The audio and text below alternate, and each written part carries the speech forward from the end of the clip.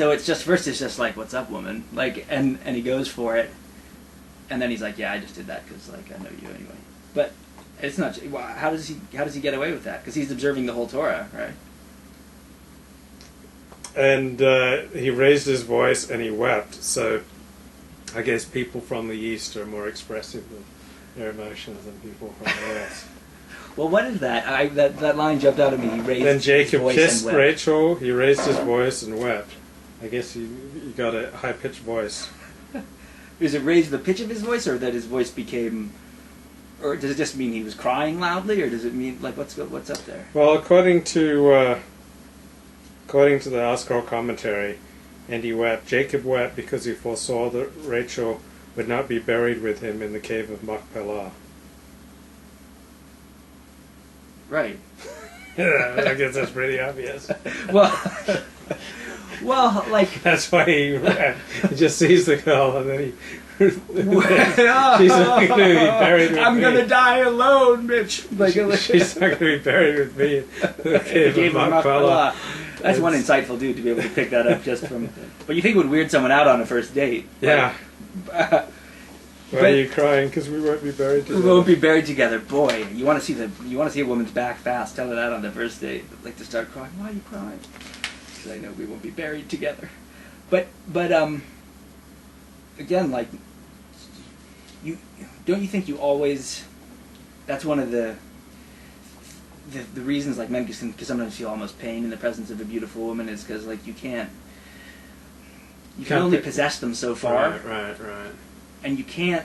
You want when you see a beautiful woman, you want to eat them up. Yeah, right? yeah. You want to totally possess. You want to and you modern can't totally mores possess. don't allow that for that anymore. And the what? Modern mores don't allow for that anymore. To totally possess them? Yeah, it was kind of easier 2,500 years ago, but. Well, what would totally possessing a woman mean? Well, you could say you can't leave the house and you can't drive a car and.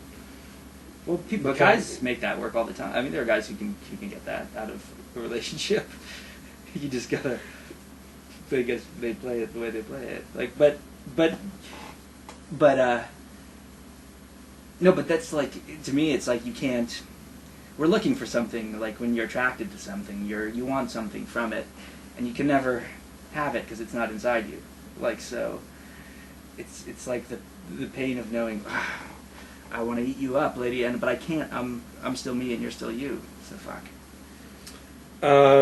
So when Jacob finds out that he was deceived, and he has to work another 7 years for Rachel, he says to Laban, "Deliver my wife, and my term is fulfilled, and I will consort with her." Yeah, that's right. That's right. He was pretty blunt about it. I mean, is that the way you approached your father-in-law? Your father-in-law. I didn't, with my father-in-law and my brother-in-law, I didn't even make jokes about, I didn't make sexual allusions, didn't matter how much they did, for years and years and years, and I still don't do it just gratuitously. Like, yeah, it's not very respectful.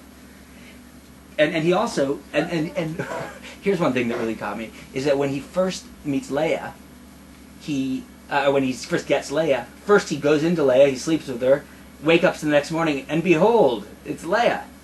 He wasn't paying very much attention to her face. No, he didn't even notice till the next morning. He's like, and then he goes and complains to Laban. Well, it's kind of like when you order a meal in a restaurant and you don't like it, and I've done this before, and then like 3/4 of the way through, I'm like, what's up with that? And they're like, he was all the way through. He was all the way through. So. What do you make of that? Well, I think he was just like ready for his wedding night, and like he just went to town, and he'd scruple later, have his scruples later. Right now, it was a woman in his bed, and right. That's all that mattered. Sometimes you want like a particular woman in your bed, and other times you just want a woman in your bed. Right. But even when you want a woman, it's not. And he was just like picturing that it was Rachel.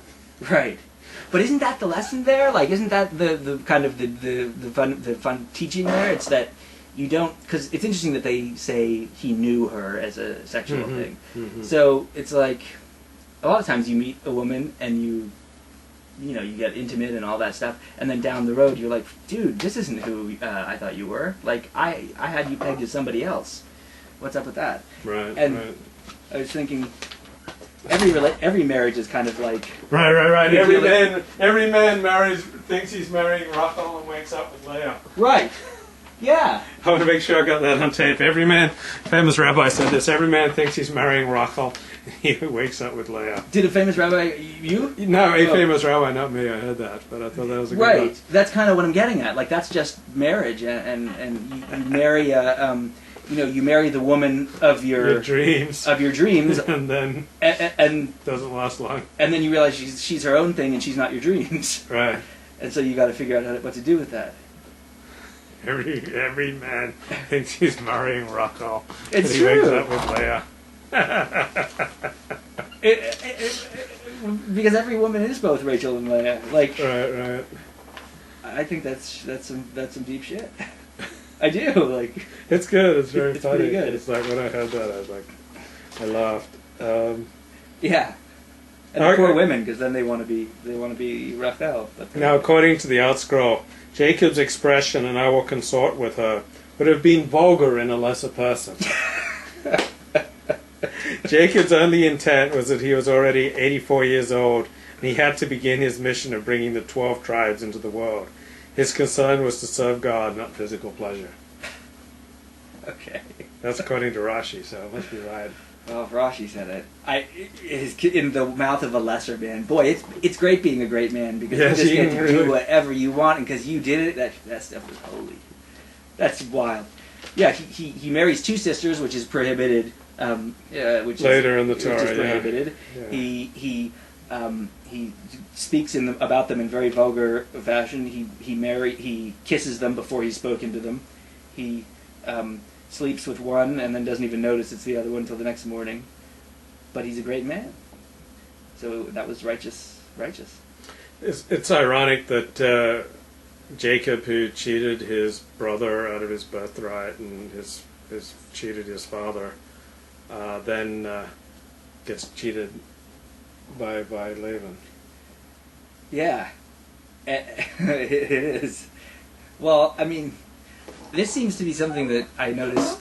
Like if you read this thing with Jacob cheating Esau, Mm-hmm. if you read I remember Mark Twain writing about that and him saying like, what the hell did Esau do wrong? Like he's the good guy here and he gets screwed, right. and Jacob's supposed to be holy.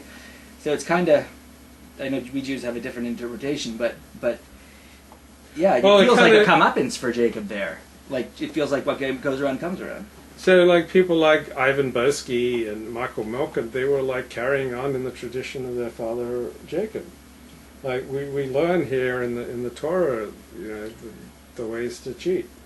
Yeah. Okay. Well, on cheating in Vayetze, I mean, when he makes his deal with Laban about I'll take the crappy sheep. Then from my, I'm not wise in the ways of sheep rearing, but like it seems to. Yeah. Well, I'll take them if they're there. But he specifically works it so that all the baby sheep are for him, are his type. Right. And then Laban gets upset and he's like, "What's wrong with you? This is just how it's going to be because God's on my side." Right. But he cheated him. I mean, or he took advantage of his lack of knowledge or something. So yeah, it's like. It feels like it's condoning cheating, unless I read wrong what was going on there. But when he takes the rods and makes sure only his are in then they only look at his, and he's just making it so, okay, we made a deal that seems fair. Now let me make sure it works just to my advantage and not to his. Mm-hmm. So it's weird. It's weird because it seems like, yeah, this is Jacob, our father, and this is how he cheated his way, and this is how he even in bad circumstances, he took advantage of someone else and made it work for him. It's funny, I was reading a comment about cheating, stories about cheating at Yeshiva University. Like, doesn't that seem kind of incongruous, like going to Bob Jones and like cheating your way through Bob Jones? Well, that's what they say about Bob Jones. They call it BJU for a reason. But yeah, yeah. Or like cheating your way through Yeshiva University. It seems a little incongruous, doesn't it?